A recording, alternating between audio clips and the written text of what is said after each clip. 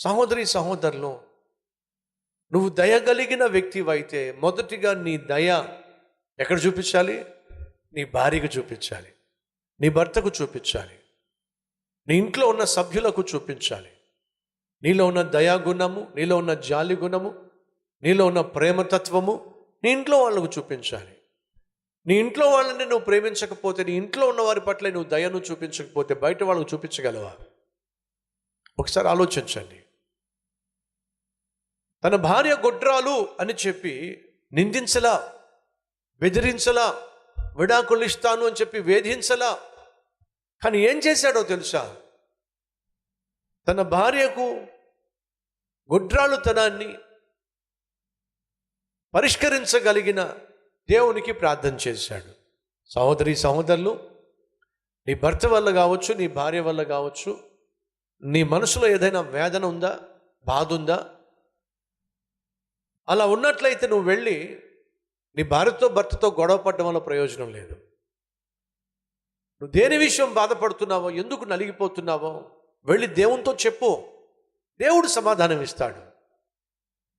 గొడ్రాలుగా ఉన్న తన భార్యను చూస్తూ ప్రతిరోజు భర్త అయినటువంటి ఇస్సాకు మానసికంగా కృంగిపోతే ఏం లాభం? మనసులో మదన పడితే ఏం లాభం? తన ఎదుట ఉన్న మనిషిని నిందిస్తే ఏం లాభం? నిందించలా, వేధించలా, విసిగించలా. అని ఏం చేశాడు? దయ చూపించాడు. ఏం చేశాడు? తన కోసం ప్రార్థన చేశాడు. కాబట్టి చెప్తున్నాను, పత్నిని కూడా దయతో చూడండి, దయ కలిగి చూడండి. భర్తకు ఆరోగ్యం పాడైంది, చాలా కాలంగా ట్రీట్మెంట్ చేయాల్సి వచ్చింది. డాక్టర్ గారు అన్నారు ఒకసారి వచ్చి కలవండి అని చెప్పి అన్నారు. వెళ్ళి కలిశారు. రిపోర్ట్లు అన్నీ వచ్చినాయి. అప్పుడు డాక్టర్ గారు పేషెంట్ అయినటువంటి భర్తను మీరు బయటికి వెళ్ళి కూర్చోండి అని చెప్పాను. అంటే భర్త వెళ్ళి బయట కూర్చున్నాడు. లోపల భార్యను పిలిచి, అమ్మ మీకు ఒక విషయం చెప్పాలి. ఏమి డాక్టర్ గారు?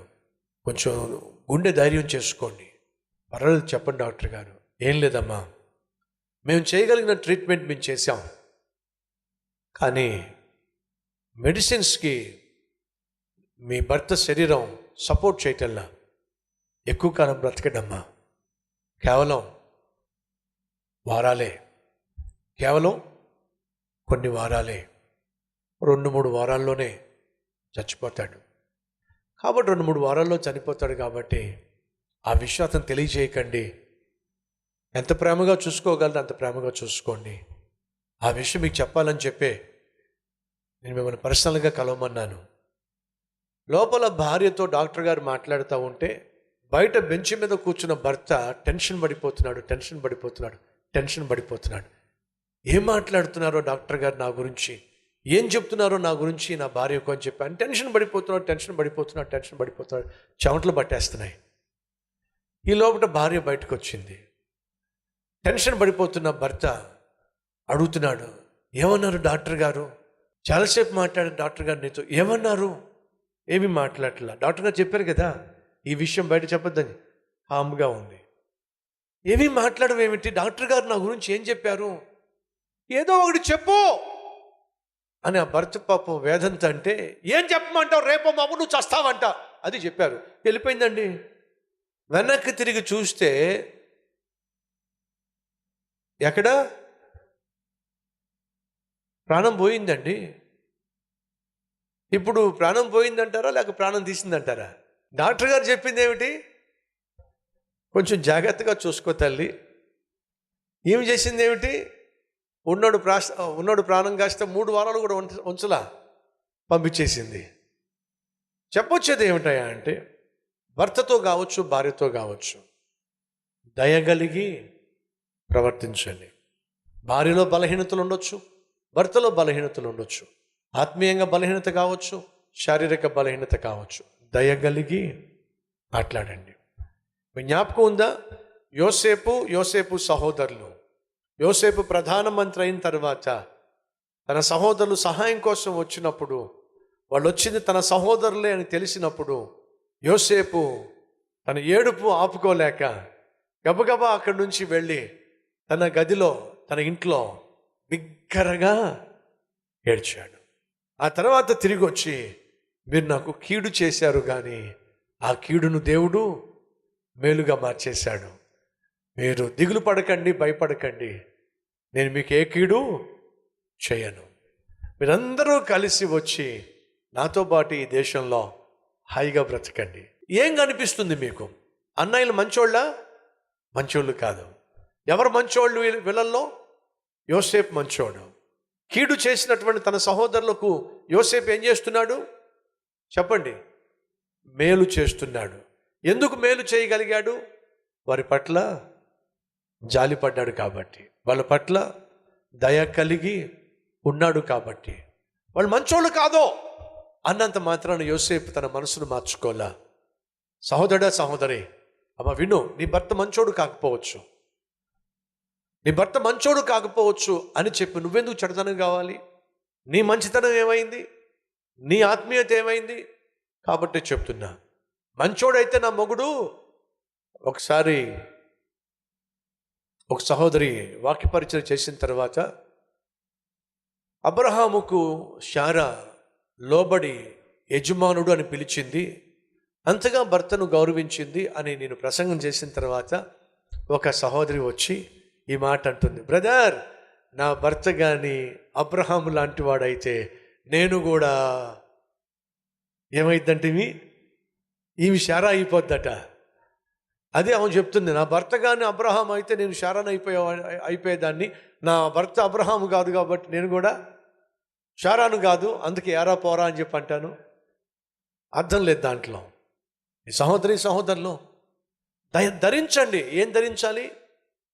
జాలిని, దయను, వినయమును, సాత్వికత్వమును, దీర్ఘశాంతమును ధరించండి. మళ్ళా అడుగుతున్నా, మీ భర్త కావచ్చు, భార్య కావచ్చు, చక్కగా రెడీ అయినప్పుడు మీరు చూస్తారా, చూడరా? చాలా బాగుంది చీర అంటారా, అనరా? చాలా బాగుంది డ్రెస్ మీద అని చెప్పి అంటారా, అనరా? మొదటిగా ఎవరు చూపిస్తారు? మీరు సాధారణంగా ఇంట్లో ఉన్న వాళ్ళకే చూపిస్తారు. ఎలా ఉందండి నా శారీ అని చెప్పి భార్య అడుగుతుంది, ఎలా ఉంది నా డ్రెస్ అని చెప్పి భర్త అడుగుతాడు.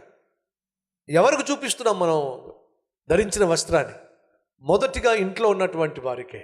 మరి వస్త్రాలు చూపిస్తున్నాం కదా, మరి దేవుడు ధరించమన్న వస్త్రం ఏంటి చెప్పండి? దయను ధరించండి. ఎవరు చూపించాలి? ప్రతి ఒక్కరికి దయను చూపించండి.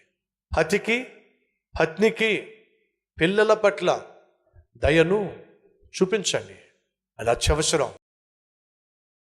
ఆయన దయను, ఆయన ప్రేమను, ఆయన జాలిని నేను నా జీవితంలో ప్రతి చోట కనపరుస్తాను అన్నవారు ఉంటే ఒకసారి చూపిస్తారా?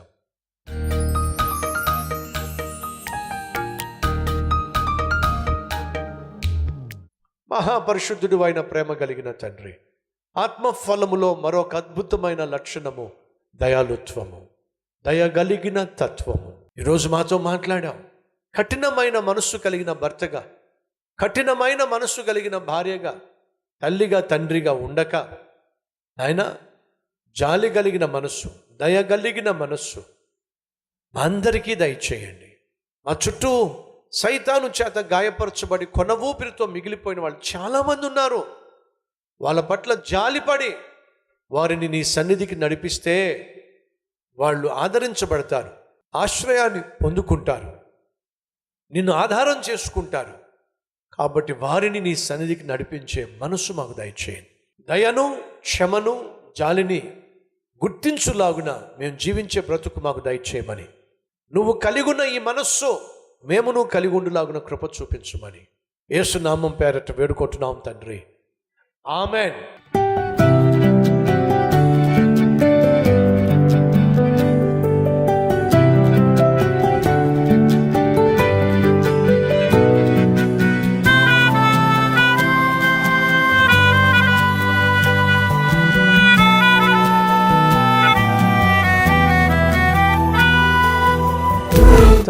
డైలీ డివోషన్ ఆశీర్వాదకరంగా ఉంటే 10 మందికి షేర్ చేయండి, లైక్ చేయండి, అలాగే ఖచ్చితంగా కామెంట్ పెట్టండి. మళ్ళీ రేపు ఇదే సమయంలో మరొక అద్భుతమైన డైలీ డివోషన్ మీ ముందుకు రాబోతున్నాను. అంతవరకు సెలవు.